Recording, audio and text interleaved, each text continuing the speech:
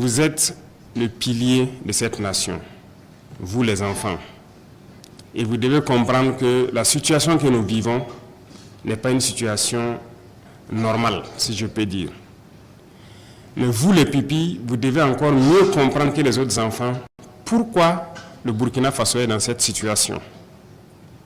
Qu'est-ce que nous sommes en train de faire pour nous sortir et qu'est-ce que nous devrons faire pour que cette situation n'arrive plus à l'avenir.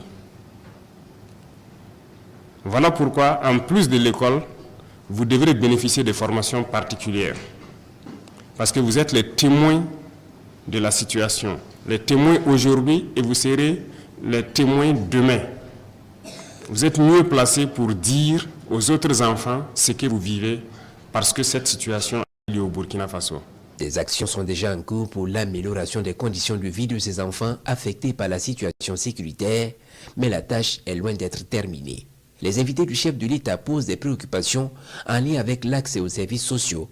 Outre l'éducation, l'on dénombre notamment la santé, le logement et le transport. Nous sommes en train de prendre toutes les mesures pour que vous soyez à l'aise, que vous ayez l'école gratuitement, que vous ayez les soins gratuitement et que vous puissiez vous déplacer gratuitement.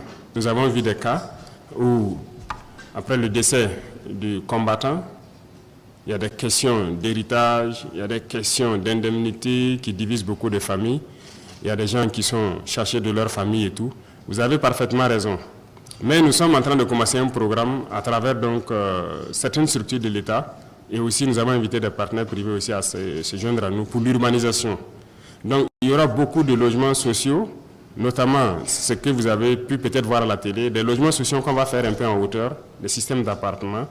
L'État va s'impliquer pour pouvoir aussi, dans ces appartements-là, vous prendre en compte.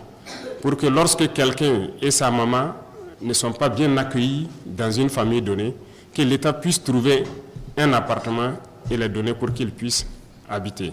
Donc, s'il plaît à Dieu, à partir de 2026, les constructions vont commencer petit à petit pour qu'on puisse dégager des logements sociaux aussi pour vous, nos pupilles que vous êtes. Ibrahim Traoré incarne aujourd'hui l'espoir d'un Burkina Faso tourné vers l'avenir. Son engagement pour la jeunesse, l'éducation et la souveraineté nationale montre un leadership qui dépasse les discours. En investissant dans l'avenir des enfants, il pose les bases d'un pays plus juste, plus autonome et plus éclairé.